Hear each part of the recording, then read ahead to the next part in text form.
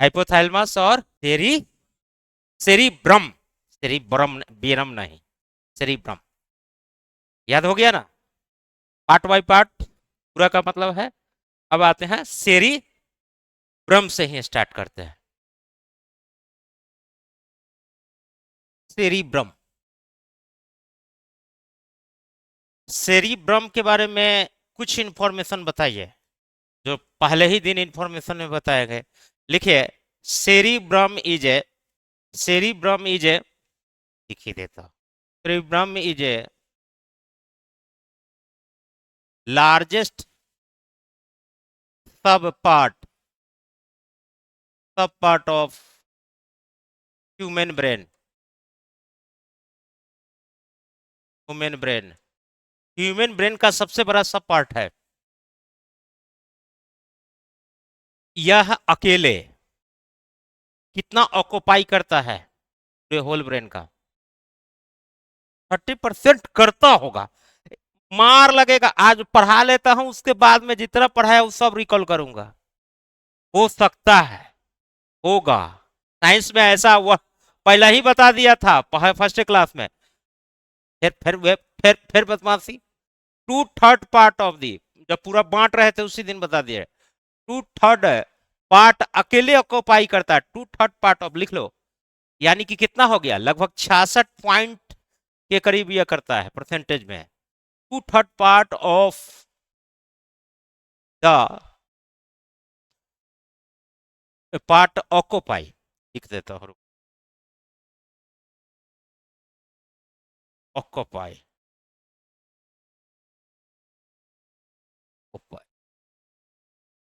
Of total brain, total brain,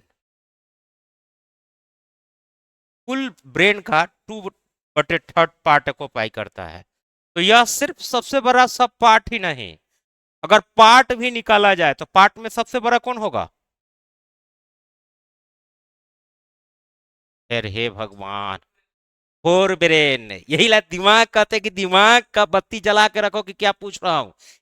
हमारे पूछने से तो कोई बात नहीं, यहाँ गलती कर दोगे तो सुधार कर देंगे, परीक्षा में गलती करके आओगे तो एक नंबर कट जाएगा। एक गलती बात बात दोहराना नहीं है। सब पार्ट पूछेगा तो कौन? सेरिब्रम। सबसे छोटा सब पार्ट पूछेगा तो सेरिबेलम। अच्छे, सबसे बड़ा पार्ट पूछेगा तब कौन? क्या? Fore brain. फोर ब्रेन का ही पार्ट कौन है? सेरिब्रम है। और सेरिबेल बेलम किसका पार्ट है? अब दिमाग में पूरा क्लियर हो रहा है बात है? ग्राफ क्लियर रहेगा तभी तुम परीक्षा में बहुत आसानी से सोल्व कर दोगे, है कि नहीं? लिखो, it is the part of fore brain, it is the part of fore brain, fore brain का पार्ट है। लिख लीजिए, फोर ब्रेन का पार्ट है। और लिखिए, it's main function is, main function is thinking, pondering, thinking, pondering,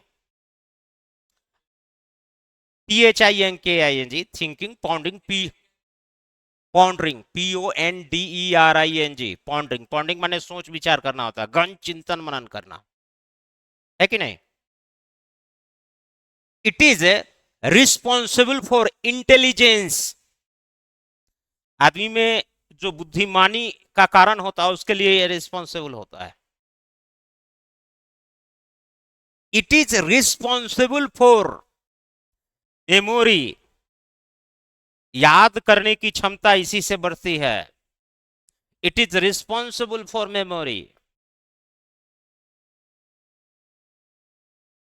it's control emotional, emotional attachment, emotional attachment.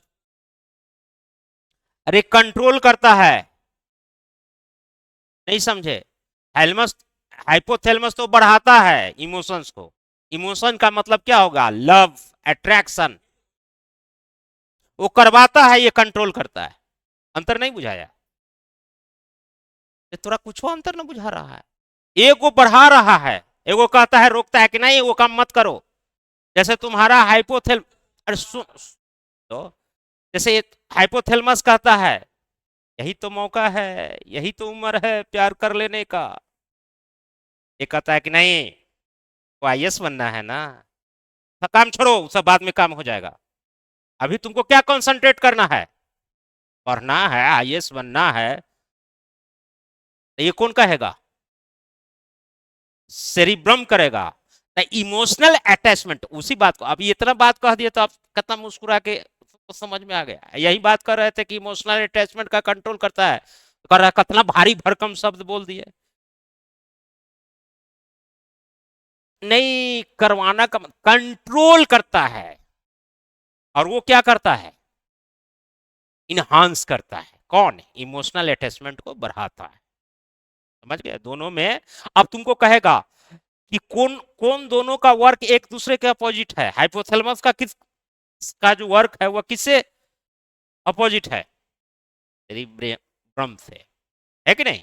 खासकर emotional attachment को ले। समझ में आ गया?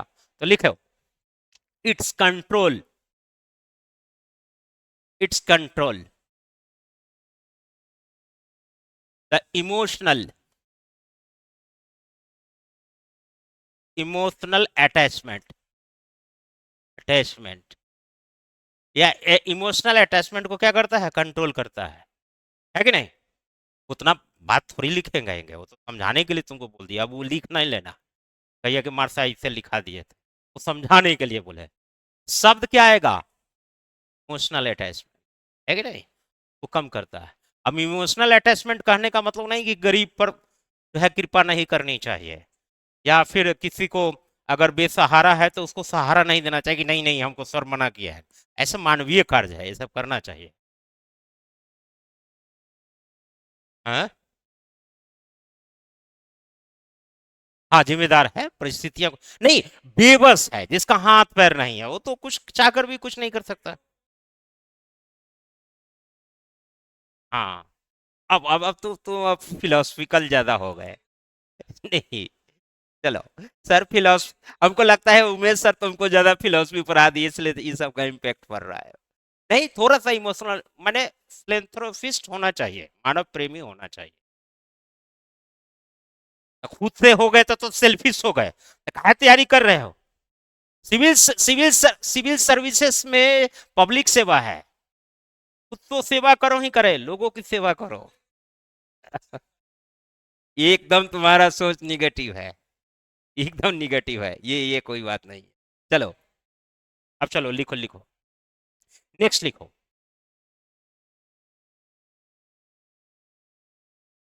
सेरिबेलम जो होता है, सेरिब्रम जो होता है, cerebrum is more active, cerebrum is, लड़की से खूब खुश हो जाती अगर क्लास में रहती तो। Cerebrum is more reactive, reactive, cerebrum is more reactive in girls, girls comparison to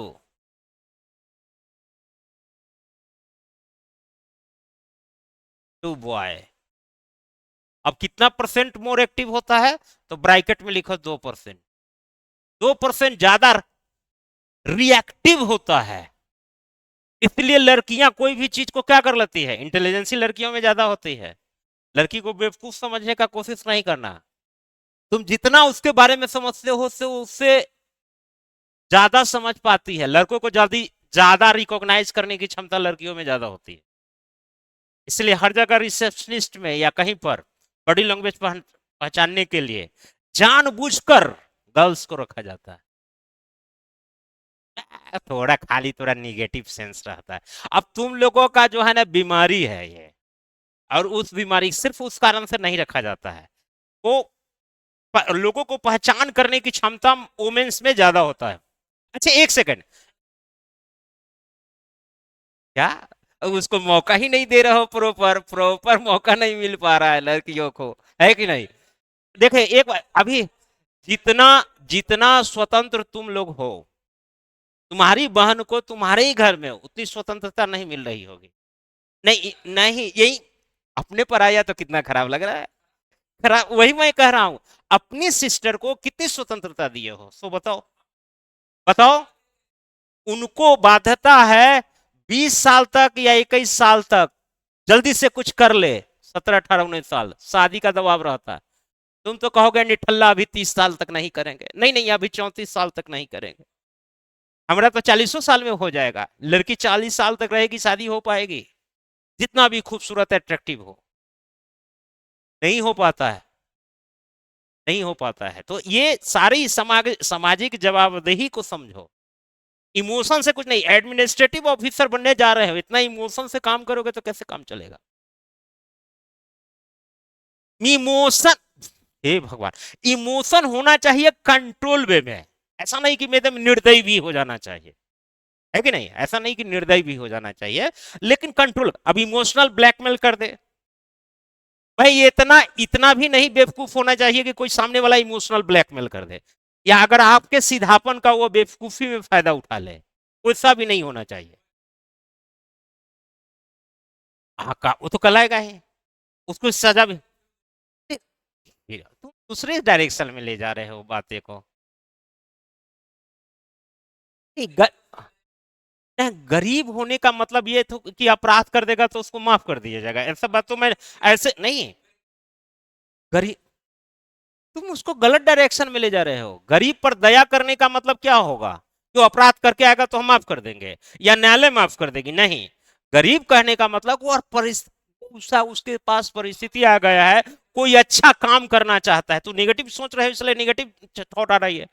उसको है कि व्यवसाय, अगर 1 लाख रुपया तुम दे दोगे उससे तो वो व्यवसाय कर सकता है, कोई बिजनेस कर सकता है, उसका क्रेडिट भी अच्छा है। क्या उसको तुमको नहीं करना चाहिए? अगर तुम सक्षम हो, तुम सक्षम हो देने के लिए पैसा, तो उसको सहायता कर दोगे तो क्या वो, उसका कल्याण नहीं हो जाएगा? कल्याण हो जाएगा। मैं ये थोड़ी कर रहा हूं कि वो अपराध करके आया है तो उसके बदले में तुम केस लड़ो, नहीं नहीं नहीं, बचा लेंगे क्योंकि वो गरीब है, ऐसा नहीं। 1 लाख रुपया देखे, तुम ही डीएम कलेक्टर बन जाओ, हम ही लोग गरीब बन जाएंगे तो हम ही लोगों को दान कर देना, ताकि उस शिक्षा का और भी हम लोग अलग जगा सके। हम तो यही चाह रहे हैं कि तुम लोग एसडीएम बनो। तुम दूसरे से लेने की इच्छा, हाथ हमेशा पसारो नहीं, हाथ को ऊपर देने वाला बनो, क्योंकि देने वाला का हाथ हमेशा ऊपर होता है। रहने दो, तुम्हारा लॉजिक कभी कभी गलत डायरेक्शन में चल जाता है। चलो चलो पढ़ो। नहीं नहीं, हम सब समझ रहे हैं तुम क्या, हम सही बात कहते हैं, तुम उसको निगेटिव ले जाते हो, उसका कोई लॉजिक नहीं, थुथोलॉजी का कोई जवाब नहीं है। नहीं, क्या करे गरीब, गरीब का मदद ही तो कर रहे हैं। संस्थान 10,000 रुपया में पढ़ा रही है, ये तो गरीबे का नहीं मदद हो रहा है। अरे 10,000 रुपया तो इसका महीना का, इससे ज्यादा जाती है ना स्वाति, कितना जाता है? रेंट कितना जा रहा है? हाँ छोड़ो, वो सब कहने का जरूरत नहीं। तो दाने न कर रही है, ये तो खाली इस शिक्षण व्यवस्था को चलाए जाने के लिए किया जा रहा है कि नहीं? चलिए, ये हम लोग दान ही दे रहे हैं शिक्षा। दिल्ली यूनिवर्सिटी का प्रोफेसर 10,000 रुपया में आ रहे हैं, पढ़ा रहे हैं, ऐसे झूठ तो हम लोग ने नहीं ना बोला है, तो फिर ये दाने ना है? अब देख महसूस नहीं कर पाते हो, सब जानते हो लेकिन अनजाना बनने का कोशिश करते हो, नाटक करते हो। चलो रे, ऑनलाइन वीडियो जाता है ऑनलाइन। चलो, अरे आज का वीडियो नहीं डलवाना, बहुत थोड़ा बकैती हो गया है। जे दिन बकैती हो जाएगा उस दिन मत डलना। नहीं कट पाती है ना, हम देखते हैं, काट ही नहीं पाती, काटते हो? काट देना ये सब चीज। चलो, खराब जाएगा नहीं, इमेज खराब जाएगा। अब देखो, एक पिक्चर बनाओ।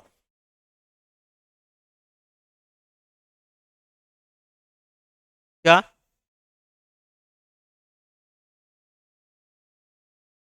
चले बढ़िया है, तो तुम भी पढ़ लो आके। मुफ्त में ही तो पढ़ा रहा है ये संस्थान, एक तरह से मुफ्त में ही तो पढ़ा रहा है। अरे तो भाई हमको थोड़ी देना है, संस्थान को बिजली पानी लगता है उसी का खर्चा तो ले रहा है संस्थान, और कहाँ कुछ तो नहीं। अरे वैसा थोड़ी होता है। देखो इसमें क्या पाया जाता है, फोर लॉब्स पाया जाता है, छोड़ो। इसमें क्या पाया जाता है, फोर लॉब्स, ये बहुत महत्वपूर्ण है। आज इसे बहुत बढ़िया ढंग से समझो, आज मजा आ जाएगा ब्रेन पढ़ने।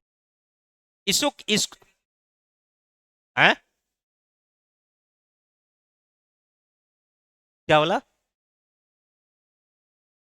नहीं ब्रेन का नहीं है, ये चार पार्टों में बांटा हुआ, ये किसका पार्ट है, सेरिब्रम का पार्ट है। ये सेरिब्रम का पार्ट है, मैं सेरिब्रम पढ़ा रहा हूं तो सेरिब्रम का पार्ट है। तो तुमसे पूछेगा फोर लॉब्स किस में पाया जाता है, सेरिब्रम में। और इसमें एक होता है हिप्पोकैम्पस।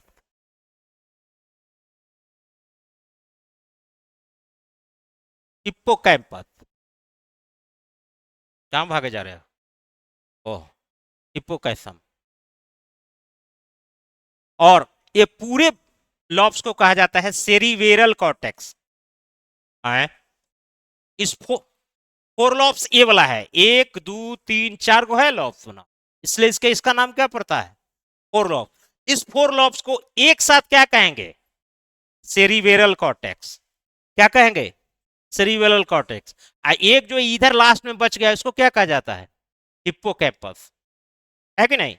फिर इस सब का अलग अलग नाम है, जैसे एक का अलग नाम है, दो का अलग नाम है, तीन का अलग नाम है, और चार का अलग नाम है।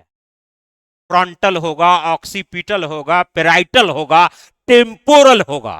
फोर लॉब्स में कौन कौन सा होगा, इधर देखो, पूरा याद करा देता हूं। पहले फ्रंटल, ऑक्सीपिटल, टेम्पोरल और पेराइटल, ये चार लॉब्स पाए जाते हैं। ट्रिक से याद कर लेना है, याद नहीं हो जाएगा, टफ है, टफ लग रहा है, आ- आसान है। लिखो, एक नंबर पर लिखो, एक नंबर पर लिखो फ्रंटल। ये यहां एक नंबर जो लिखा हुआ है उस पर लिखो फ्रंटल।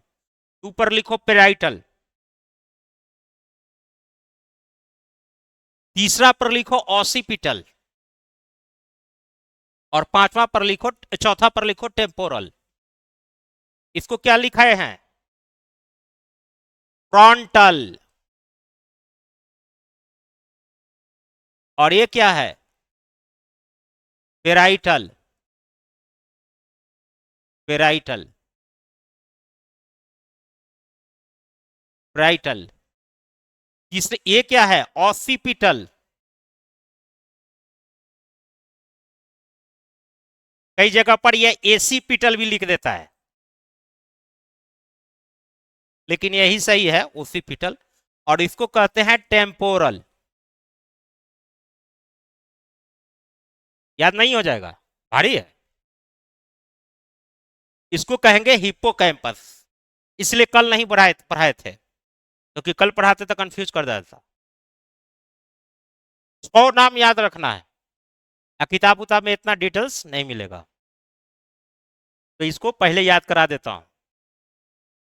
पहला वाला को क्या कहेंगे, फ्रंटल। दूसरे को पेराइटल। तीसरे वाले को ऑसिपिटल या एसिपिटल। चौथे वाले को टेम्पोरल। और ये चारों के एक जगह पर क्या कहेंगे, सेरिबेलर कॉर्टेक्स। इधर वाला को हिप्पोकैम्पस, सेरिबेरल कॉर्टेक्स। और नाम थोड़ा कठिन लग रहा है आज, लेकिन याद हो जाएगा, कोई बड़ी चीज नहीं। अरे यहां यहां 6 याद करना है।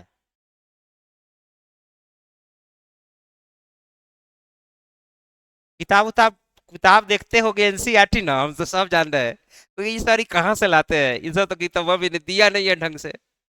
किताबा दे देता ढंग से तो यहाँ काहे पढ़ने आते 2 घंटा। इसलिए दिमाग पर छपवा रहा हूँ, समझे, कहीं नहीं गड़बड़ी होगा। साइंस एक बार पढ़ लो। सर जैसे उमेश सर बोलते हैं ना, कि बेटा यहाँ पढ़ लो एक बार, खाली हमको झेल जाओ। उसी हम कहते हैं हम भी, हमारा भी तुम लेक्चर झेल जाओ, उसके बाद कष्ट नहीं होगा बार बार किताब देखने की। फोर लॉफ्स है ना ये, फिर ध्यान से देखना, परीक्षा में पूछा जाएगा फोर लॉफ्स किस में कहा जाएगा, तो खट से दिमाग में सेरिब्रम में, सेरिबेलम वहां कंफ्यूज नहीं कर जाना, सेरिब्रम में। फोर लॉफ्स में पहला पार्ट कौन होगा, दूसरा पेराइटल, तीसरा ऑसिपिटल, चौथा टेम्पोरल, जो लास्ट होगा हिप्पोकैम्पस। इसको 5 लिख ही देता हूं अलग से। और यह ई चारों के एक जगह पर क्या कहेंगे, सेरिबेरल कॉर्टेक्स। 6 नाम तो याद करना है, बहुत भारी कौन चीज है। अब लिख लो फ्रंटल का क्या काम है। देखो एक बार बता देता, अब हमारे ऊपर देखो, जैसे बोन्स जब पढ़ाएंगे ना तो सामने वालों को क्या कहेंगे, फ्रंटल। जो फ्रंट में है उसको क्या कहेंगे, फ्रंटल। माता पिता आशीर्वाद देते हैं, यानी कि पेरेंट्स जो आशीर्वाद देते हैं, तो यहीं पर ना देते हैं, जुग जुग रहो बेटा, तो यहाँ पर या यहाँ पर, यहाँ पर, यहाँ पर, माने ये देखो, तो इसको कहते हैं पेराइटल। पेराइटल का मतलब पेरेंट्स, पेरेंट जहां आशीर्वाद दिए उसका मतलब पेराइटल। हाँ, फ्रंटल के जस्ट विपरीत में होता है ऑक्सीपिटल। ऑक्सीपिटल क्या हो जाएगा, या एसीपिटल यहाँ। टेम्पोरल, टेम्पोरल अंदर में होता है कनपट्टी के पास, ये वाला टेम्पोरल। हड्डी के नाम पर सब, बोन्स के नेम के आधार पर सबका नाम पड़ा है, तो टेम्पोरल यहाँ होता है। समझ में आया, यह सब ब्रेन के पार्ट में, जो यहाँ पर बोलेगा कि ये मैं आपको कहाँ पर इसको कनपट्टी कहेंगे ना, ईयर के बोन्स के पास होता है। उनका लोकेशन भी किताब में खोजने जाओगे ना तो एग्जैक्ट इतना ढंग से दिखाया हुआ नहीं है जितना हम तुमको याद कराती है। फ्रंटल, एसिपिटल, ओसिपिटल, पेरेंट्स जहां आशीर्वाद दे दिए, पेराइटल, और कनपट्टी के बाद टेम्पोर। याद नहीं हो गया, ससुरा 206 हड्डी, जब पढ़ाऊंगा स्केलेटल सिस्टम 206 हड्डी यहीं पर खड़े खड़े याद करवा। चलो ये सब कुछ नहीं है, ये तो अभी 6 को याद किए। समझ में आ गया, अब लिखो। हाँ फ्रंटल में लिख, फ्रंटल हैंडिंग मारो। फ्रंटल में क्या होगा, फ्रंटल में लिखिए,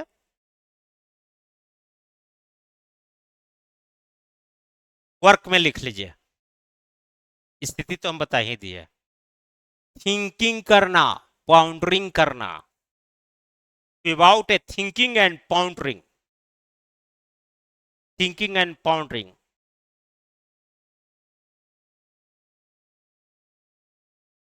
थिंकिंग एंड पाउंडरिंग। आ जाना, ये बंद करने के समय आ जाना, thinking and pondering.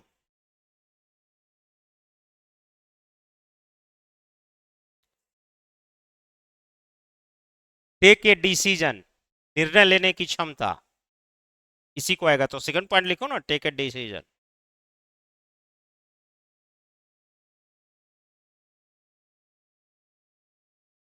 Take a decision in personality development, strong will power, concentration power, concentration power यही लाता है, memory formation,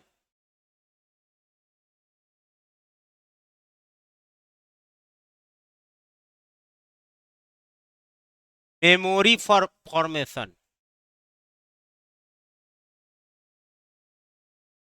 memory formation,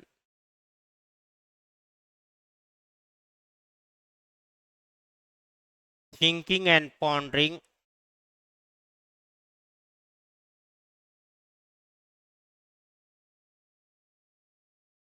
taking decision,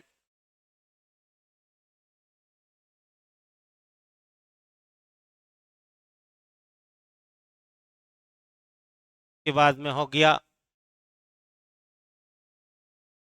memorised, memory तो लिख ही दिया, के बाद क्या होगा, थिंकिंग हो गया, टेकिंग डिसीजन हो गया, मेकिंग टेकिंग ए डिसीजन, और क्या होगा, क्या लिखाया हो, आ दिया, मेमोराइज कर लो। हाँ ये को लास्ट में पर्सनालिटी डेवलप। हाँ तो वो तो हो ही गया। और लिख देता हूँ, यह हो गया पर्सनालिटी डेवलपमेंट।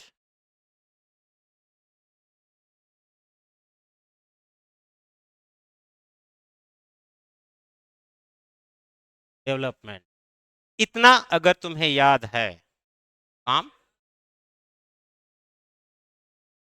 आप कुछ घुमाइए के पूछ देगा तो क्या करो? हाँ, ना ना, ट्वेल्थ लेवल तक करके जाओ। बायोलॉजी में ट्वेल्थ लेवल तक मार देता है। बायोलॉजी में, फिजिक्स केमिस्ट्री का मैं गारंटी नहीं लेता हूँ, लेकिन कभी कभी बायोलॉजी में ट्वेल्थ लेवल तक चला जाता। चलिए सेकंड पे, सेकंड का लिखा थे ऑसिपिटल। नहीं, एक चीज और देख लो, कुछ एक्स्ट्रा चीज बता देता हूँ। नहीं नहीं, इसमें इसी में जो फ्रंटल है ना, एक होता है पर्सनालिटी, लिख लीजिए PAD, या MPD। MPD, MPD का फुल फॉर्म जानते हो? Multiple,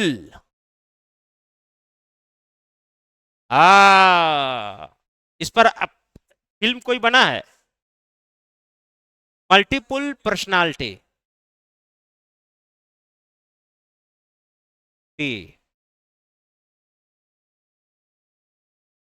development. नहीं सही है। अरे हमको गर्मी लग रहा है। मल्टीपल पर्सनालिटी डिसऑर्डर, वो छोड़ो ना, उस सब पर ध्यान, तुमको पढ़ाई पर ध्यान रहना चाहिए। ठंडा बढ़ रहा है कि गर्मी पड़ रहा है, वो बंद कर दो या हाँ ठीक है रहने दो। Multiple personality development, multiple personality development में क्या होता है कि मल्टीपल पर्सनालिटी डेवलपमेंट का मतलब वही समझा रहा हूं। मल्टीपल पर्सनालिटी डेवलपमेंट का मतलब क्या होता है जानते हो? एक ही व्यक्ति में सारा गुण, ऐसा सोचता है कि सारा माने गुण हम ही हमारे ही अंदर आ गया है।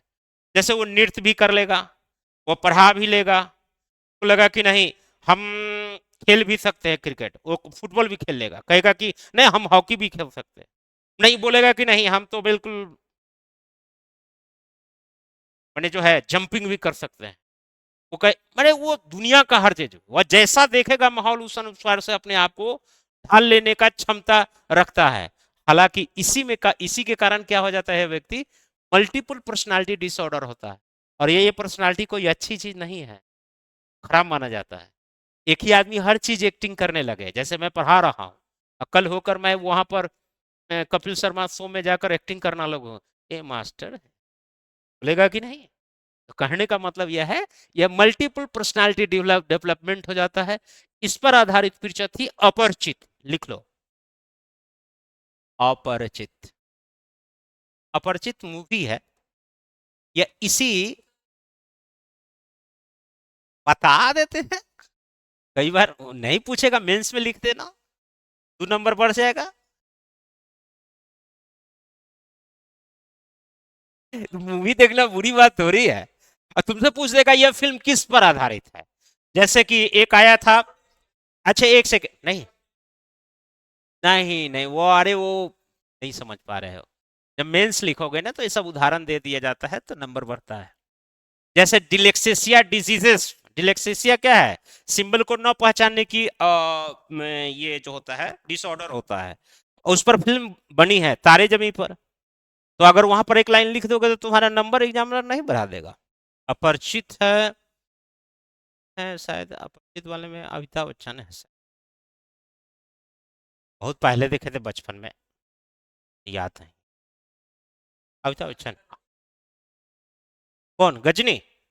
इसी में फ्रंटल में ही, गजनी फिल्म भी इसी में है, लिख लो, लिखना है तो लिख लो। हाँ मल्टी नहीं, MPD नहीं, फ्रंटल उसका खराब था। फ्रंटल होता है क्या, याद करने की क्षमता, वो थोड़ी देर में ही भूल जाता है। तो फ्रंटल डिसऑर्डर माने फ्रंटल में गड़बड़ी है। अरे सब जानना चाहिए, लिख लो, काम देगा। अगर तुमसे कोई पूछ देगा तो कर सकते हो, कोई दिक्कत नहीं है। हाँ चलो चलो कोई बात, देखते हो तो चलो कोई बात नहीं, अच्छी बात है। दूसरा लिखो। दूसरा कौन है? Parietal. Parietal lobe. Parietal lobes क्या काम करता है, लिखो। इट इज रिस्पॉन्सिबल फॉर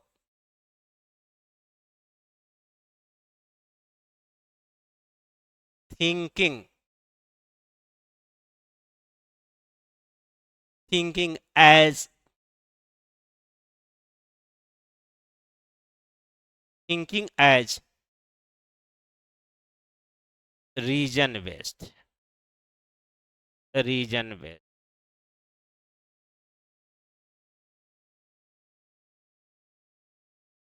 और ये होता है जिसका पेराइटल मजबूत होता है उसका math plus MATH, math plus reasoning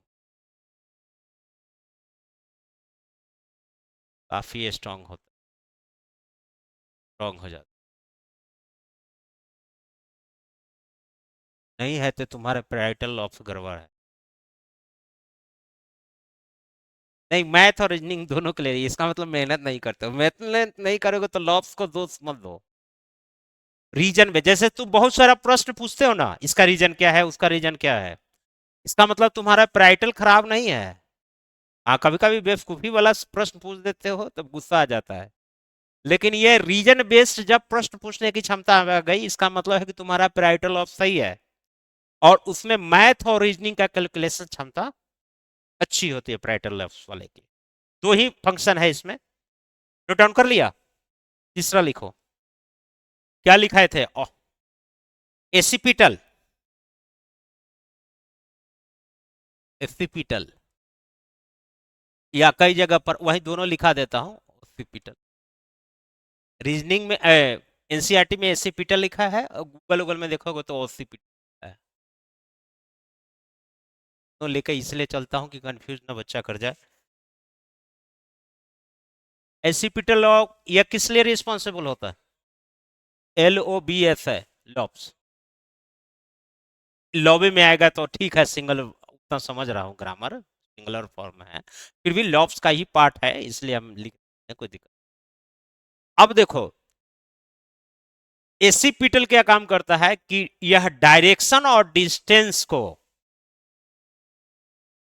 it is responsible for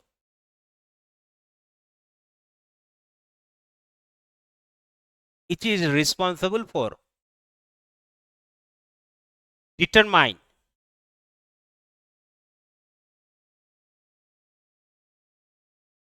distance and direction. Distance and direction. Distance and direction. यह डिस्टेंस और डायरेक्शन को निर्धारित करता है। यह डिस्टेंस और डायरेक्शन को निर्धारित करता है।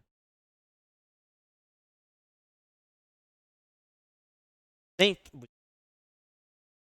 तुमको आगरा जाना है तो तुमको निर्धारित कर लियो ना कि आगरा किस दिशा में है, मुझे कैसे जाना है, नहीं जाना है, कितना डिस्टेंस है, कई घंटा में मैं पहुंच जाऊंगा। तो पहले अच्छा, आज जो तुम्हारे पास मोबाइल हो गया है, तुम्हारे जवाब जितना तुम बन रहे हो उसका मैं जवाब तुरंत दे देता। आज तुम्हारे पास मोबाइल हो गया है।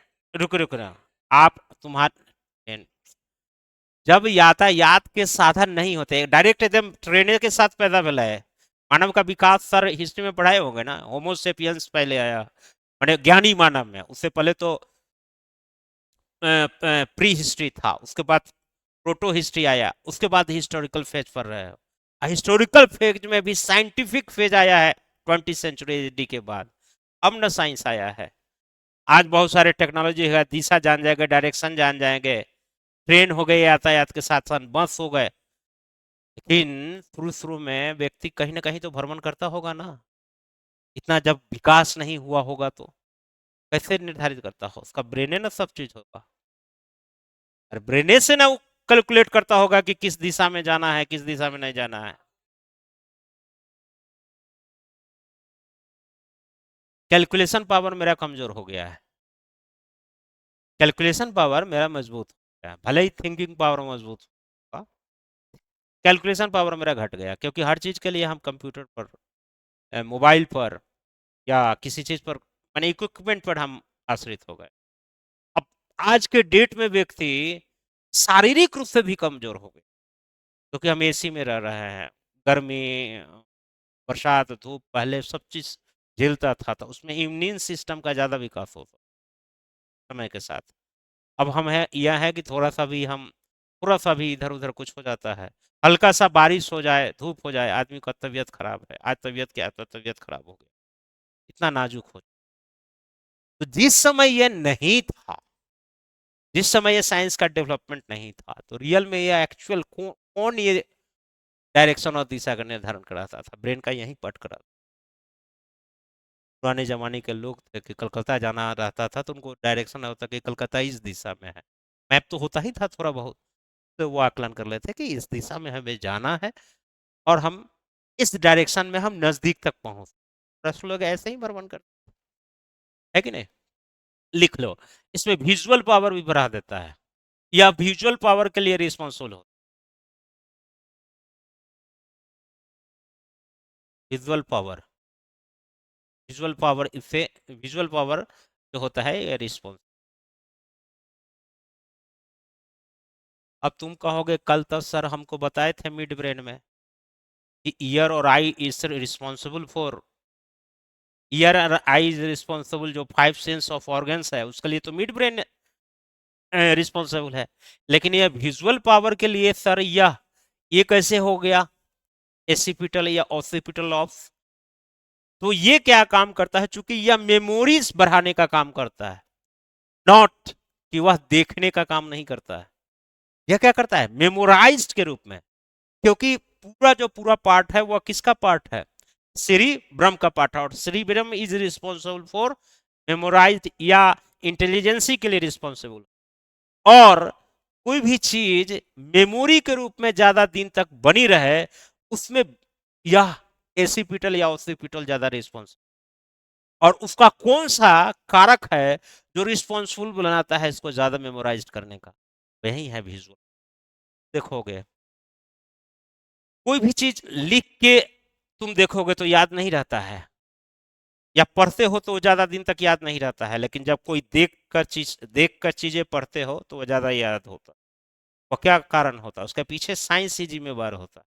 सिनेमा की चीजें बहुत चीज याद रहता है, लेकिन वही चीज को कहानी अगर बताए देंगे घर पर तो उसको याद नहीं रहेगा, क्योंकि दृश्य पावर जो होता है, विजुअल पावर ज्यादा इफेक्टिव होता है मोर लिसन पावर, यानी visual power is more stronger than A listen power.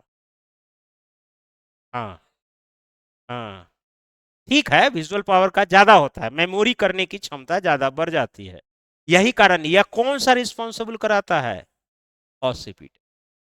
लिख लो इसको, लिख लिया। और एक लास्ट में लिख लीजिएगा, हियरिंग पावर को भी बढ़ाता है यह, विजुअल तो कराता भी है, हियरिंग का भी कराता, हियरिंग पावर को भी। हियरिंग पावर का मतलब क्या होगा, पुरानी दादी नानी की कहानी जो होता है, स्टोरी, जो स्टोरी वह कहती है, वह स्टोरी किसमें याद रहता है, याद करने की क्षमता किसमें बनी रहती है, इसी में का, इसी। तो बहुत ज्यादा याद नहीं करना है इसमें, ऑसिपिटल में डिस्टेंस और डायरेक्शन का हमेशा दिशा निर्धारण, यहां से एक एसर्शन रीजनिंग का सवाल पूछा जा सकता है, एसर्शन रीजनिंग का सवाल पूछा जाता है जो काफी टफ बनेगा। आए दिन समाचार पत्रों में ऐसे ही बनाएगा प्रश्न है, आए दिन समाचार पत्रों में किसी व्यक्ति के खो जाने की सूचना मिलती है, इन न्यूज़पेपर ये person who who not reach own houses, which part of the human sense disturbance और ए रिस्पॉन्सिबल फॉर दैट कंडीशन, यानी कि वह व्यक्ति जो अपने घर तक नहीं पहुंच पाते हैं, किस दिमाग के भाग में गड़बड़ी के कारण ऐसा होता, क्या उत्तर जाए? यानी कि उसे आगरा जाना था, लेकिन कहाँ पहुंच गया? बिहटा पहुंच गया। आगरा दूसरे डायरेक्शन में पहुंच गया, है कि नहीं? तो वह कौन सा रिस्पॉन्सिबल होता है? ऑसिपिटल। समझ में आ गया? और या विजुअल कोई भी चीज अगर बहुत दिनों तक दिखाई याद रहता है, उसके लिए भी रिस्पॉन्सिबल ऑसिपिटल लॉब्स होता है।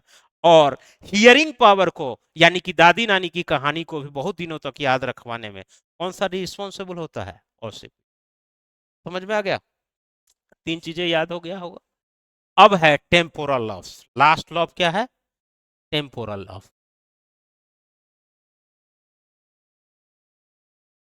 Temporal lobe. टेम्पोरल लॉब्स में क्या होता है? ये कहां पर होता है? इसके आसपास होता है। और टेम्पोरल लॉब्स में कुछ बहुत महत्वपूर्ण बातें याद रखना है। इट इज रिस्पॉन्सिबल फॉर,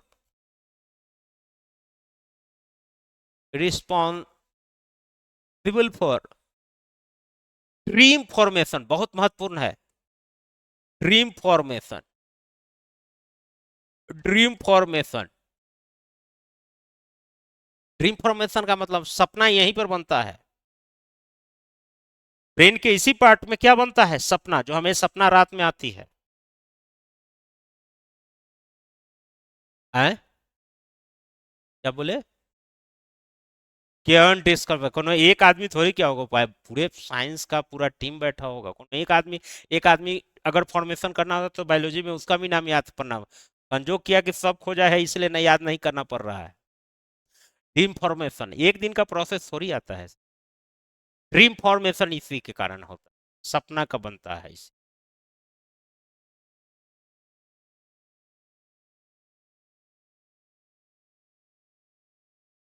और मुझे ऑनलाइन के क्लास में कहना, खासकर यूट्यूब पर भी वीडियो जाएगा, कहना कितना उचित होगा नहीं होगा। यानी कि कई लोगों को नाइट फॉल्स हो जाता है, बहुत से लोगों को जो होता है स्वप्न दोष हो जाते हैं, कहते हैं। उस सब के लिए रिस्पॉन्सिबल यही होता है कि नहीं? Urine discharge. Urine discharge on bed, है कि नहीं?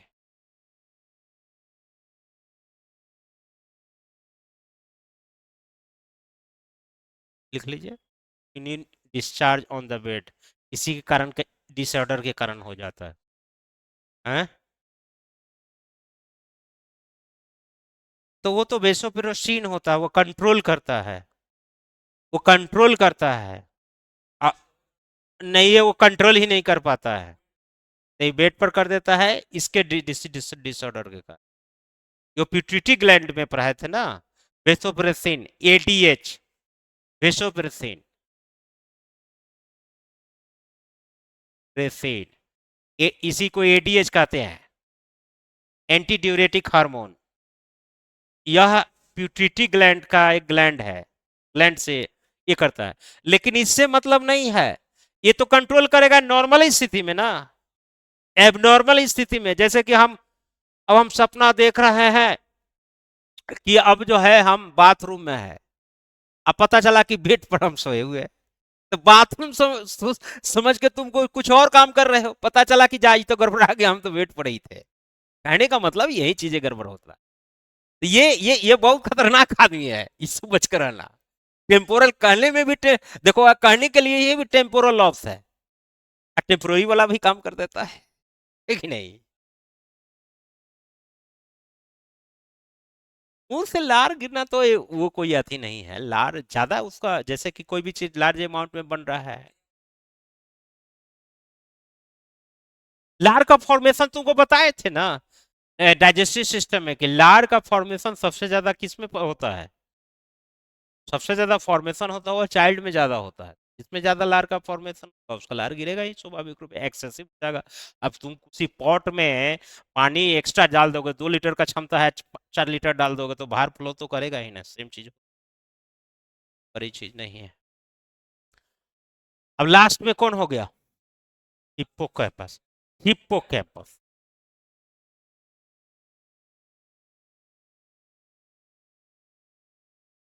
हिप्पोकैम्प। इसके बारे में एक चीज बहुत ध्यान से करके याद रखना, परीक्षा के एग्जाम के व्यू से बहुत महत्व,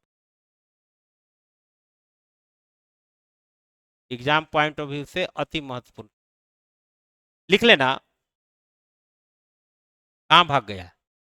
it is called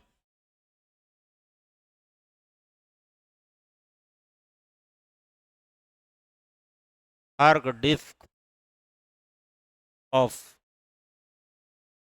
मेमोरेन मेमोरेन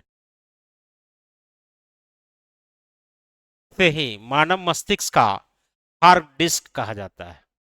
hard disk का मतलब क्या हो गया? स्टोरेज।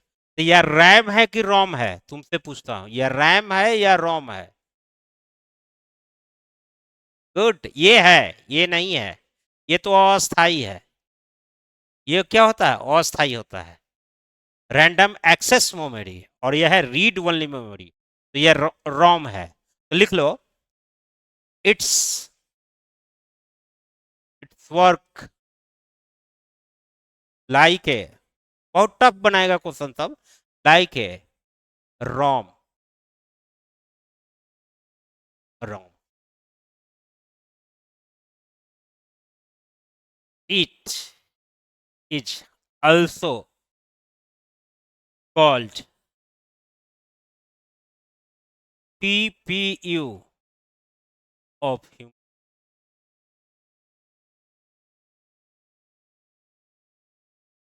क्योंकि सारे स्मरण जो है कंप्यूटर का, सारा स्मरण किस में जाता है? सीपीयू में, सेंट्रल प्रोसेसिंग यूनिट में। इसीलिए इसे, हिपोकैम्पस को सीपीयू भी कहा जा सकता है। जनरली रोम कहना ज्यादा अच्छा रहेगा अगर बहुत टफ बनाएगा क्वेश्चन। लिख लो। अब देखो इसका सिग्निफिकेंस क्या है। हमने लॉफ्स बनाया था, इसे एक बार बता देता हूं। कौन बनाए थे? एक है फ्रंटल, उसके बाद पेराइटल, उसके बाद में है ऑसिपिटल, या इसी को एसिपिटल भी कहा जाता है, और एक हो गया टेम्पोरल। इसी को क्या कहते हैं? इसको कहते हैं हमको हिप्पोकैम्पस।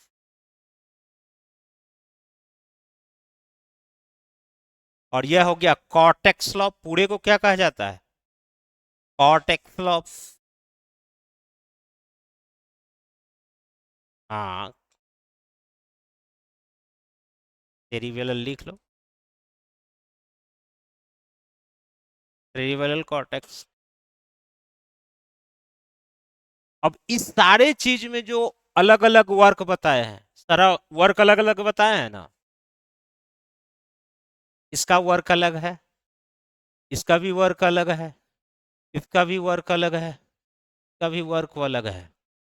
तुमको लगेगा यह सब काम, सारा काम जो करते हो तो तुरंत, जैसे कई बार किताब पढ़ते होंगे तो आपको आभास होगा अरे सब मुझे याद हो गया, या जैसे मैं पढ़ा रहा हूँ या सर पढ़ा रहे होंगे, तुमको लगा क्लास में हमको सब चीज याद हो गया, अब रिवाइज करने का मुझे कोई जरूरी नहीं है, अब तो कुछ सब चंगा चंगा हो जाएगा। सप्ताह रोज के बाद पता चला कि तुम अगर रिवीजन नहीं कर रहे हो तो इसका मतलब सारा का सारा चौपट। अब सारा टीचर का किया हुआ मेहनत क्या हो जाएगा? व्यर्थ हो जाएगा। तो तब तुम्हें क्या करेगा कि इसमें सारी जो फंक्शन हुए हैं, जब तक इसमें ना आ जाए, इसमें सारी जो फंक्शन हो जाएगा जब तक इसमें ना आ जाए, या इसका सारी फंक्शन की चीजें इसमें ना आ जाए, या इसकी सारी फंक्शन इसमें ना आ जाए, तब तक आपका किया हुआ मेहनत क्या है? व्यर्थ है, वेस्ट है, वह काम नहीं देगा। इसलिए कहा जाता है कि प्रैक्टिस जो है, प्रैक्टिस जो है max man perfect, man perfect. किसके कारण हो पाता है? इसी के कारण। ये जो कहा गया है कि प्रैक्टिस मैन मैन परफेक्ट, किसके कारण? कैंपस। हर कोई लिटरेचर वाला बोल देता है, लेकिन प्रूफ कौन कराता है? साइंस वाला है कि नहीं? तो अब समझ में आ गया कि फ्रंटल का कितना बड़ा काम है और किस रूप में। फ्रंटल पूरा, फ्रंटल हम कल इसलिए नहीं पढ़ाए थे क्योंकि हड़बड़ी में काम गड़बड़ी का हो जाती है और शैतान का हो जाता है। तो इसमें ये थोड़ा सा लंबा पोर्शन था और टेक्निकल था, समझना थोड़ा सा। इसमें कई नए नए वर्ड भी आए होंगे जो शायद लगता होगा जिंदगी में पहली बार सुन रहे हैं, तो ये सारी चीजें भी आई होगी। अब हमें लगता है कि किसी प्रकार की कोई दुविधा नहीं रहेगी। अगर प्रश्न है तो पूछ लो अभी, फिर आगे बढ़ते हैं। क्लियर? अब देखो और कौन बच गया है? थैलेमस और हाइपोथैलेमस। तो एक हेडिंग लिखियो, थैलेमस के बारे में लिखिए।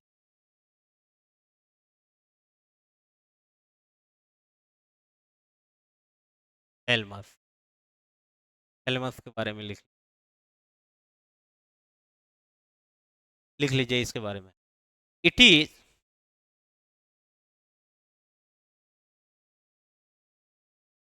The part of, it is the part of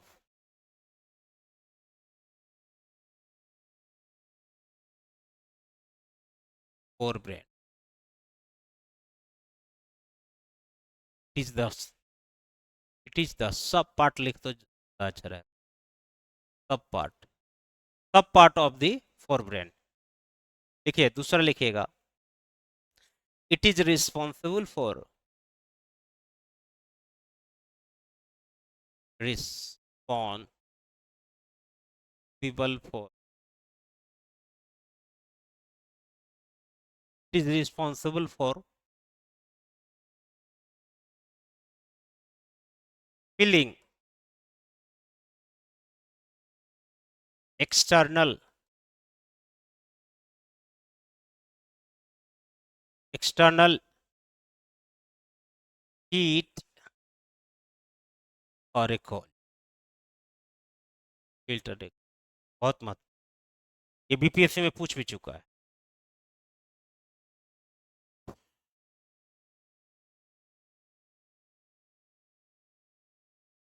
समझ में आया क्या कहना चाह रहा हूँ?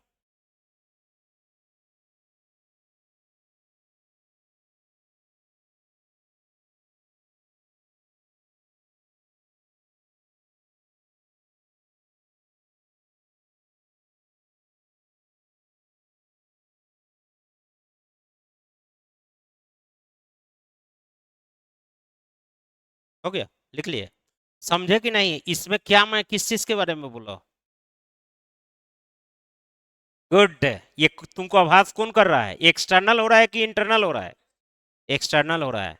एक्सटर्नल हीट कोल्ड का आभास कौन कराएगा? थैलेमस। यही मेन का अरे पूछ चुका है बीपीएस। यहीं पर पूछेगा इंटरनल हीट का या कोल्ड का। इंटरनल भी टेम्परेचर होता है, या तो उसका रेगुलेट करेगा वो, या उसका आभास कराता है। देखो तो अंदर से बुखार लागल हो लेकिन पता नहीं चला हाइपोथ। गुड। इंटरनल टेम्परेचर या कोल्ड को आभास कौन करेगा? हाइपोथैलेमस। एक्सटर्नल टेम्परेचर को आभास कौन करेगा? थैलेमस। है कि नहीं? और सेंसिटिव ऑर्गन में दो ऑर्गन है। सेंसिटिव ऑर्गन में कौन सा ऑर्गन है? आंख है और कान है, उसका कौन कंट्रोलिंग करता है? Mid brain. और जो रेस्ट तीन तीन सेंसिटिव ऑर्गन बच गए, कौन कौन? त्वचा हो गया, यानी कि स्किन हो जाएगा। उसके बाद क्या हो जाएगा? टंग हो जाएंगे। उसके बाद क्या होगा? नोज हो जाएगा, जो सुगंध के लिए, स्मेल के लिए रिस्पॉन्सिबल। ये तीन का कौन रिस्पॉन्सिबल कराएगा? हाइपोथ। आ गया? दिमाग खुला है कि नहीं, अभी भी बंद है? तो ये चीज इसको नोट डाउन कर लो। कर लिए? अब लिखो,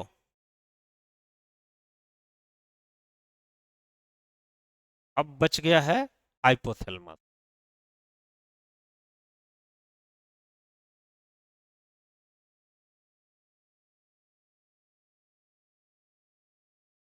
हाइपोथैलेमस, हाइपोथैलेमस है जो ग्लैंड के रूप में हम लोग पढ़े थे, ग्लैंड के रूप में।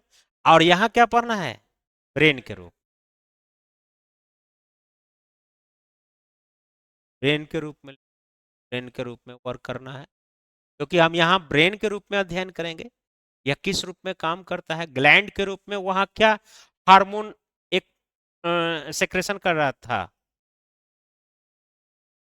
कौन हार्मोन कर रहा था? थायरोक्सिन करेगा। फिर कुछ बोल दे रहा था, थायराइड ग्रंथि है जो थायरोक्सिन करेगा। अब पीटीएच तो पैराथायरोक्सिन करता है, इसमें कौन करता है? एक हार्मोन बताए थे ना, नहीं पढ़ रहे हो? थैलेमस है, मारेंगे इतना जो टेम्परेचर कंट्रोल करता है, सो बताओ। अभी रुको, अभी पढ़ा देता हूँ, तब अभी टेस्ट ले रहा हूँ। अभी पूछा पूछा हुआ। चलो, हाइपोथैलेमस अभी वहां बढ़ाना नहीं है, वो तो ग्लैंड में पढ़ना है, ब्रेन में यहाँ पढ़ना है। इसका फंक्शन अलग होता है। तो ब्रेन एज ए ब्रेन के रूप में क्या करेगा? एज ए ब्रेन के रूप में हाइपोथैलेमस क्या करता है? वहां भी बता दिया था मैं ऐसे। हाँ, पहला याद है, इंटरनल, इंटरनल बॉडी टेम्परेचर यह रेगुलेट करे। यार रेगुलेट ऐसे लिख दो, ज्यादा अच्छा रहेगा। Regulate,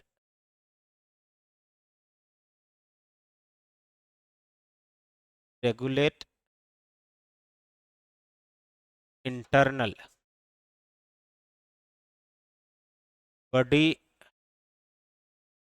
temperature.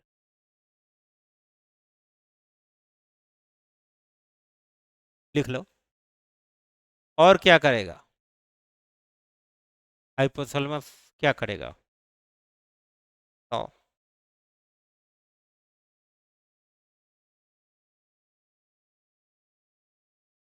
अब तो खत्म हो गया है।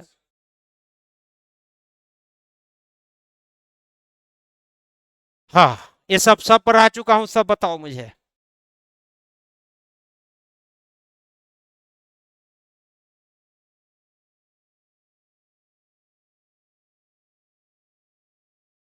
और बताओ।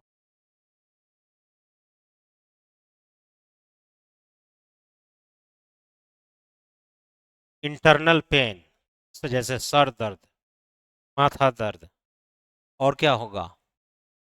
हार्ट में कोई मैंने पेन हो रहा है,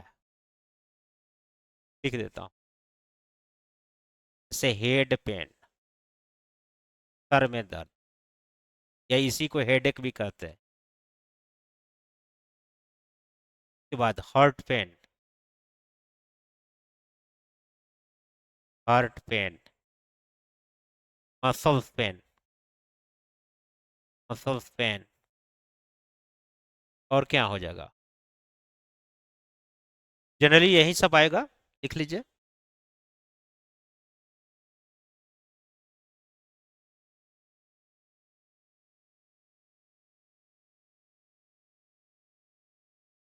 अब हम लेंगे परीक्षा।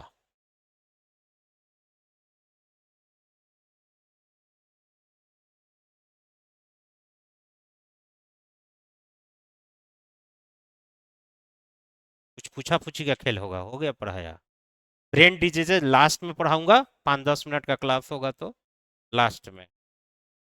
ब्रेन से रिलेटेड डिजीजेज भी पूछा जाता है परीक्षा में, है नहीं? उसी में सारा डिजीजेज बताऊंगा, पाइजेरिया डिजीजेस, सिजोफ्रेनिया डिजीजेस, डिलेक्सेसिया डिजीजेस, है कि नहीं? बहुत सारे भी डिजीजेस हैं, सारे डिजीजेस की चर्चा करूंगा। अब बताइए, एक बार रिकॉल करा देता हूँ पूरा ब्रेन, अभी तक पढ़ाया हूँ, 5 से 7 मिनट में दिमाग में बैठा हुआ है कि नहीं? देखो, ब्रेन क्या है? यह एक नर्वस सिस्टम का पार्ट है। It is a part of, पहले नंबर, नर्वस सिस्टम को हम कितने वर्गों में बांटते हैं? Nervous system divided into three parts: ANS, PNS, ANS, PNS और एक सीएनएस। एएनएस का मतलब क्या होता है? Autonomous nervous system. पीएनएस का मतलब होता है पेरिफेरल नर्वस सिस्टम। और सीएनएस का मतलब होता है central nervous. Central nervous system के भी दो पार्ट होते हैं, एक होता है स्पाइनल कोड और एक होता है ह्यूमन ब्रेन। जिस ह्यूमन ब्रेन का हम यहाँ पेरिफेरल नर्वस सिस्टम हमेशा तुमको बताए थे, या किसके पास होता है? सीएनएस के बिल्कुल मैंने उसके नजदीक में होता है, कवर किए हुए रहता है। तुरंत इंफॉर्मेशन देने का काम यही करता है पेरिफेरल नर्वस सिस्टम का, चारों ओर परिधीय रूप से। एटेनियस एएनएस जो होता है ऑटोनोमस होता है, ये स्वायत्त तो होता है, किसी पर कंट्रोल में नहीं रहता है, ये अपना निर्णय स्वयं लेता है। इसकी खोज किए थे लिंगले महोदय ने, बताया था। यहाँ तक क्लियर हो गया? अब जो है हम ब्रेन को फिर बांटते हैं किस में, चूंकि हम लास्ट में हम बांट चुके थे। अब ब्रेन को हम बांटते हैं कितने वर्गों में? तीन पार्ट में। यानी ह्यूमन ब्रेन को तीन पार्ट में बांटेंगे, लेकिन उसके बांटने से पहले हम ब्रेन का कुछ जो है हम फीचर्स बता देते हैं। ह्यूमन ब्रेन के बारे में फीचर्स, ब्रेन के बारे में फीचर्स बता। ह्यूमन ब्रेन जो है इस धरती पर सबसे ज्यादा, या इस प्लैनेट पर सोचने वाला सबसे ज्यादा बुद्धिमान व्यक्ति, इंटेलिजेंट व्यक्ति यही है। इंटेलिजेंट मानव का प्रादुर्भाव आज से 30,000 वर्ष पहले हुआ, जिसको हम ज्ञानी मानव कहते हैं, होमोसेपियंस के रूप में, है कि नहीं? और उसके बाद अगर कोई ज्ञानी है इस धरती पर मानव के बाद, तो वह चिंपांजी है। यानी कि सेकंड इंटेलिजेंट अगर कोई एनिमल है तो वह क्या है? चिंपांजी है कि नहीं? हालांकि हमारे पूर्वज जो सबसे ज्ञानी थे वो क्रो मैग्नन थे, ये हिस्ट्री में सर बताए होंगे। तो ये सारी चीजें तो खैर हिस्ट्री की क्रोनोलॉजी से रिलेटेड है, थोड़ा सा इंफॉर्मेशन में बता दिया हो। अब देखते हैं कि ह्यूमन ब्रेन जो होता है वह एक दिन में लगभग लगभग 10,000 के करीब थॉट्स आते हैं। उसमें 90% जो होता है निगेटिव थॉट्स हो, 10% ही पॉजिटिव। अब आता है कि जब जो ये थॉट्स करने की क्षमता होती है, ये तो मैंने बता दिया कि या किस प्रकार से एवोल्यूशन होता है, लेकिन इसके कुछ पावर के बारे में पता करें तो हम जो है हमारे दिमाग में इतनी ज्यादा पावर होती है कि अगर सुबह उठकर इसकी सबसे ज्यादा एनर्जी रहती है। इसलिए हमारे पुराने जमाने के लोग कह गए हैं early to rise early to bake, early to rise early to wake makes healthy wealthy and wise. यह गलत नहीं है, क्योंकि इतिहास ने ये साइंस ने साबित कर दिया है कि सुबह सुबह जो होता है ब्रेन की इतनी एनर्जी होती है कि 10 वोल्ट का अगर बल्ब इसमें जोड़ दिया जाए तो वह बर्न आउट हो जाएगा, यानी कि जल जाएगा। दूसरी तीसरी नंबर बात हम ये देखेंगे कि हम ह्यूमन ब्रेन जो है, जो थॉट प्रोसेस होता है, उसमें अगर हम देखेंगे तो यह बहुत सारे न्यूरॉन्स से बने हुए होते हैं, और ये काफी जो है सोचने समझने या बहुत सारे इंफॉर्मेशन को इकट्ठा करने में महत्वपूर्ण भूमिका निभाते हैं, और यह शरीर को कंट्रोल करने की भूमिका निभाते हैं। इसलिए ह्यूमन ब्रेन को मानव मस्तिष्क का ह्यूमन शरीर का सीपीयू यानी कि सेंट्रल प्रोसेसिंग ऑफ ही कहा जाता है, यानी कि यह नियंत्रण करता है बॉडी का। अब देखेंगे कि इसमें जो है ब्रेन जो की एक बहुत बड़ी खासियत है, ये भी है कि मानव शरीर के डेथ हो जाने के बाद भी यह 8 मिनट तक एक्टिव रहता है। यानी कि यह हमारे ह्यूमन ब्रेन को 8 मिनट तक अगर जिंदा रहने की क्षमता है, तो भविष्य में ऐसे बहुत सारे साइंस अगर डेवलपमेंट इस स्थिति पर चले जाएंगे तो किसी व्यक्ति की मौत के सही कारणों का अनुमान लगाया जा सकता है।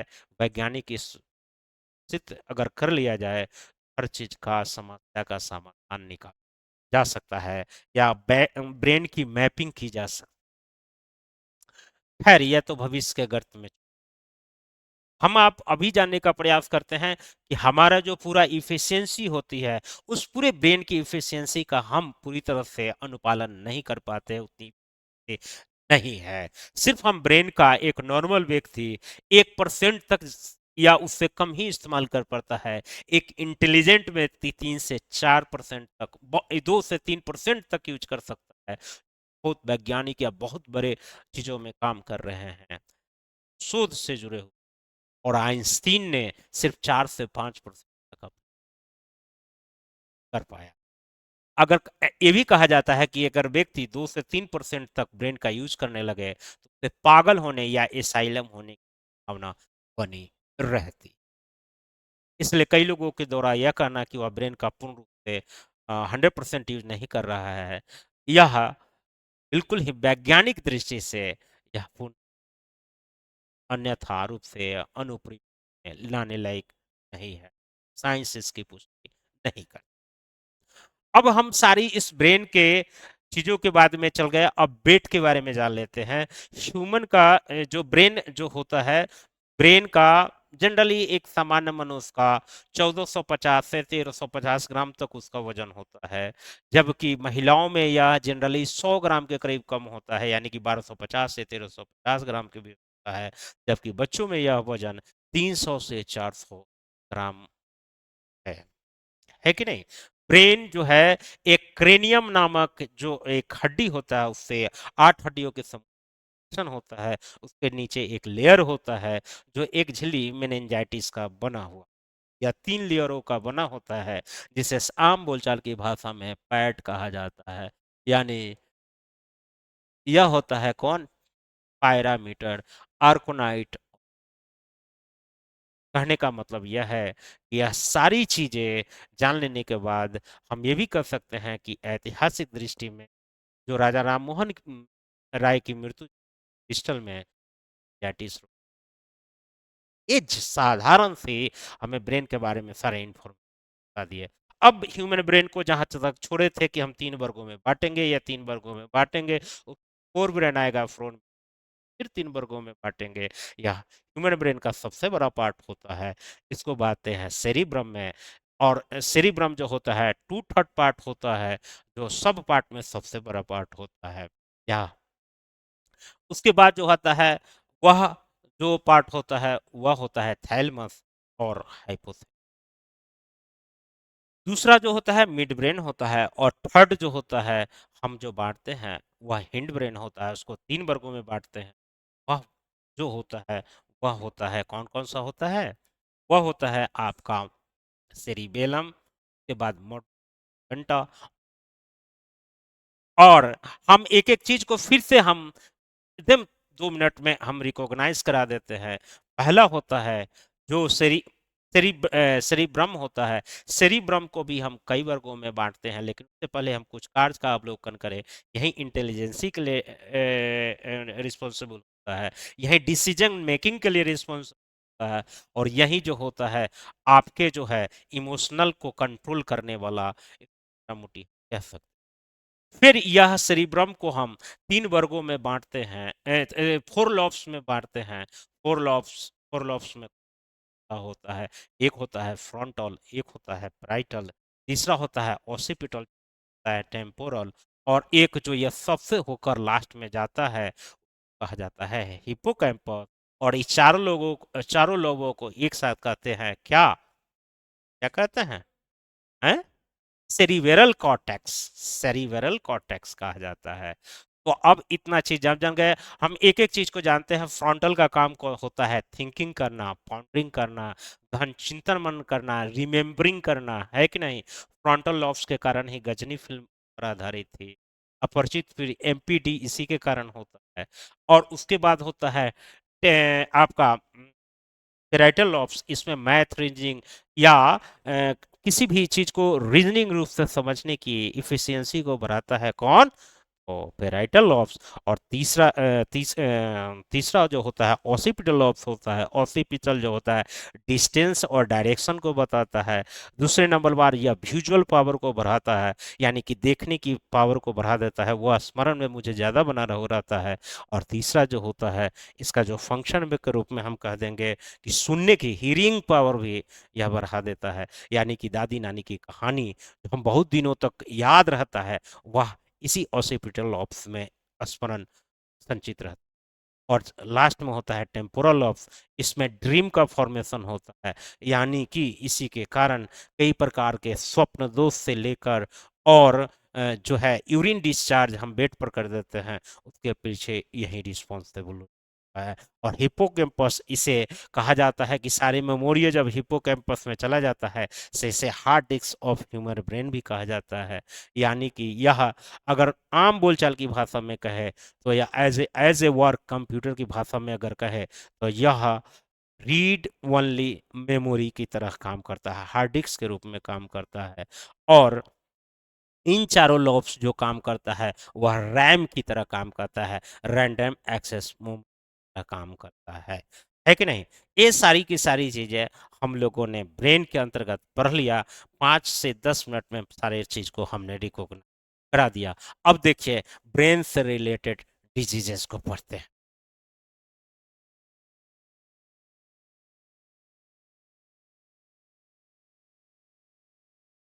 Brain related diseases, brain related diseases.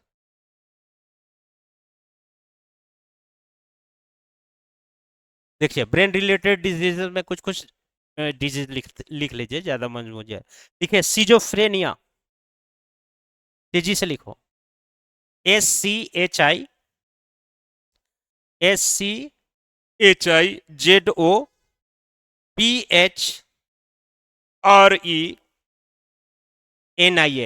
Schizophrenia. Schizophrenia में क्या होता है कि इमेजिनरी चीज को भी क्या कहता है, इमेजिनरी, इमेजिनरी ऑब्जेक्ट को यह क्या मान लेता है, रियल मान लेता, रियल मान लेता है। इसको सिजोफ्रेनिया कहते हैं। दूसरा होता है मिर्गी, मिर्गी को क्या कहते हैं, इप्लिप्सी लोग, EPPLI, इप्लिप्सी, मिर्गी रोग, मिर्गी जिसको कहते हैं आम बोलचाल की भाषा में। अगला लिखिए अल्जाइमर, ALZY,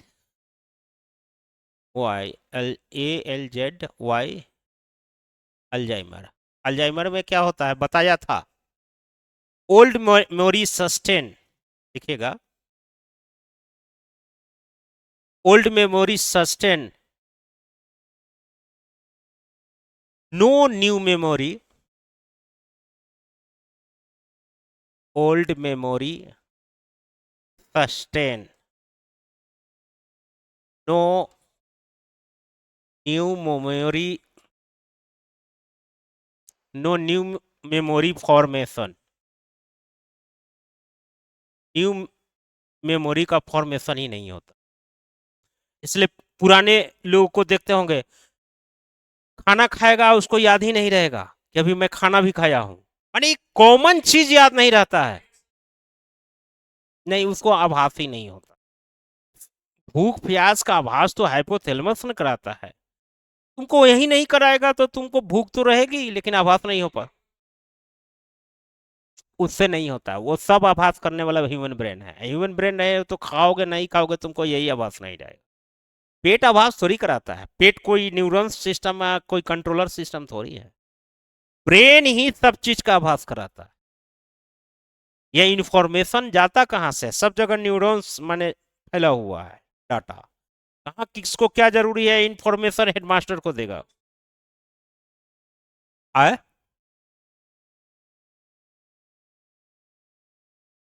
तो कोचता भी है ये, तो उसको भी निर्देश पेट नहीं देता है, उसको भी ब्रेन ही कहता है कि स्टॉप करो खाना हो गया। सबका कंट्रोल ब्रेन करेगा, ये मन में से हटा लो। भूख लग रहा है तो भूख का भी आभास हम पढ़ाए थे ना, कौन कराता है, हाइपोथैलेमस, है कि नहीं? ये थोड़ी है कि भूख में हाँ खाली है, पेट कहेगा कि हाँ हमको चाहिए भोजन, उसको, वो तो सिर्फ वो एक मशीनरी है, कंट्रोल तो यहीं से हो रहा है। तो खाना है नहीं खाना है क्या है, अब तुमको अगर ब्रेन को कैसे पता है, तो ब्रेन को सब पता है, ब्रेन का अपना अपना पूरा ब्रांच भेज चुका है न्यूरॉन्स के रूप में, कहाँ किसको क्या जरूरी है, समझे, है कि नहीं? हाँ, ये हो गया अल्जाइमर, लिख लिए। नेक्स्ट लिखिए डिमेंशिया। डिमेंशिया में क्या होता है पता है? अच्छा डिमेंशिया का स्पेलिंग लो, DEMENTIA, DEMENTIA, डिमेंशिया। डिमेंशिया में क्या होता है? मनोभ्रंश। जैसे कई लोगों को रहेगा, अरे पढ़े चाहे नहीं अगली बार तो आईएएस पक्का है, ना पढ़ोगे तो चपरासी बनवे नहीं करोगे, अभी भ्रम में जी रहे हो। तो उसको क्या कहते हैं? मनोभ्रंश। डिमे ही वाज या she was suffering from dementia disease, भ्रम में जी रहा है। तो डिमेंशिया के लिए मनोभ्रंश होता है। लिखो, एक देखते होंगे बहुत आदमी को ब्रेन में ट्यूमर हो जाता है, ब्रेन ट्यूमर भी इसी से रिलेटेड। नेक्स्ट लिखिए, डिलेक्सिया। डिलेक्सिया, डी वाई, ब्रेन ट्यूमर इसी में जाएगा। नहीं, डिमेंशिया नहीं, ब्रेन ट्यूमर अलग बीमारी है। नंबरिंग करके लिखो। नेक्स्ट लिखो, डिलेक्सिया, DYSLEXYA, डिलेक्सिया। डिलेक्सिया में क्या होता है जानते हो? एक्चुअली इसमें जो सिंबल जो होता है ना,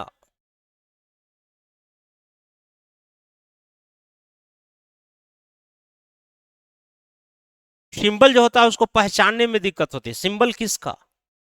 अल्फाबेट का। अल्फाबेट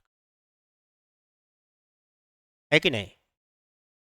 उसके बाद में न्यूमेरिक्स वैल्यू का, न्यूमेरिक्स वैल्यू का, यानी कि न्यूमेरिकल जो जितने भी वैल्यू है, 1 2 3 4 5 6, सब कुछ पहचानने में दिक्कत होने लगती है कि नहीं? वो याद ही नहीं रह पाता है, इसमें डिसऑर्डर होने लगता है। और इस पर आधारित फिल्म कौन सी है? तारे जमीन, तारे जमीन पर, जमीन पर। दरअसल सफारी एक्टर था, उसने एक्टिंग किया था। It's depend, this film, this film based on, based on dyslexia diseases, dyslexia disease, dyslexia disease.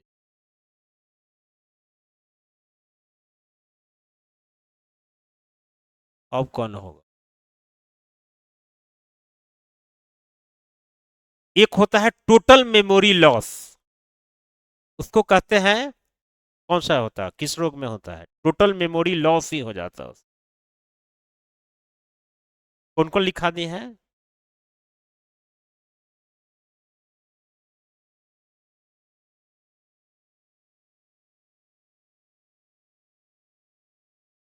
एमिनेसिया नहीं लिखा है ना? एमिनेसिया कहीं लिखाया हो? एमिनेसिया लिख लो। एमिनेसिया, एमिनेसिया डिजीज। एमिनेसिया में होता है टोटल मेमोरी लॉस। लिख लो, total memory loss, total memory loss. Total memory loss का मतलब क्या हो गया? एमिनेंसिया में नहीं। न, एक तो रोग अल्जाइमर था जिसमें ओल्ड मेमोरी बना रहता था, खाली न्यू नहीं बनता था। इसमें ना ओल्ड रहेगा और ना न्यू रहेगा, इसलिए इसको एमिनेसिया कहते हैं। एमिनेसिया को ही कहा जाता है टोटल मेमोरी लॉस। एमिनेसिया का एक ऑब्लिक लिख दीजिएगा, total memory loss, total memory loss, loss. ना न्यू रहेगा, ना न्यू बनेगा, न्यू नहीं बनेगा, और ना ओल्ड रहेगा, ना ओल्ड बनेगा, है कि नहीं? एक और रोग लिख लो, Huntington disease, HUNTIGTINGTON, Huntington diseases.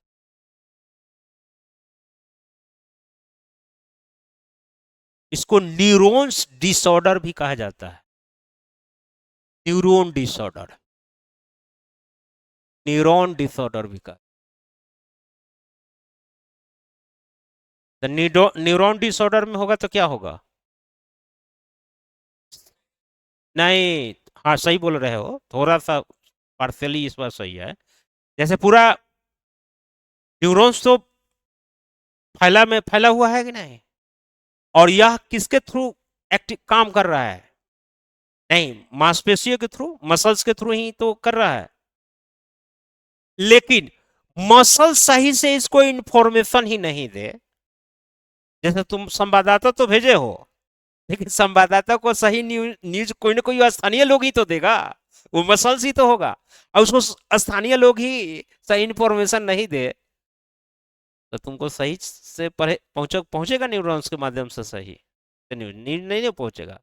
तो मसल्स और यही न्यूरॉन्स के बीच में, मसल्स और न्यूरॉन्स के बीच में कम्युनिकेशन का डिसऑर्डर हो जाता है।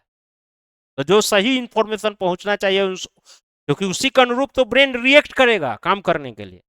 तो इसमें क्या होता है, जब रिएक्टर सही से काम नहीं करेगा तो करेगा प्रॉपरली काम कर पाएगा नहीं। इसलिए इसको क्या कहा जाता है, न्यूरॉन्स डिसऑर्डर डिजीजेज भी कहा जाता है, हैंगीगटन रोग, है कि नहीं। तो इतना रोग अगर जान गए, हमने ज्यादा ही लिखा दिया, कितना रोग लगा लिखा, 8-9 को हो गया, तो 8 डिजीज लिख लिए काफी है, इससे ज्यादा ब्रेन से रिलेटेड बहुत ज्यादा नहीं आएगा, है कि नहीं। तो पूरा हमने क्या क्या पढ़ा दिया, कितने चैप्टर पढ़ा दिए, कौन कौन? डाइजेस्टिव सिस्टम, दूसरा ग्लैंड, और ह्यूमन ब्रेन। ह्यूमन ब्रेन इसी को कह देंगे नर्वस सिस्टम। अब तुमको क्या पढ़ने की कल से इच्छा है? इससे को रिलेट करके हम पढ़ा देते हैं सबसे अच्छा कौन, स्केल्टन, और नहीं अधिक में पढ़ा देते हैं, और ये थोड़ा टफ हो गया है ब्रेन वाला, अब फिर टफ कर देंगे तो फिर घबरा जाओगे, एक हल्का वाला देता हो, ये कर देते हैं, क्या कहते हैं इसको, इससे पहले क्या पढ़ाने वाले थे तुमको जो नहीं पढ़ाए?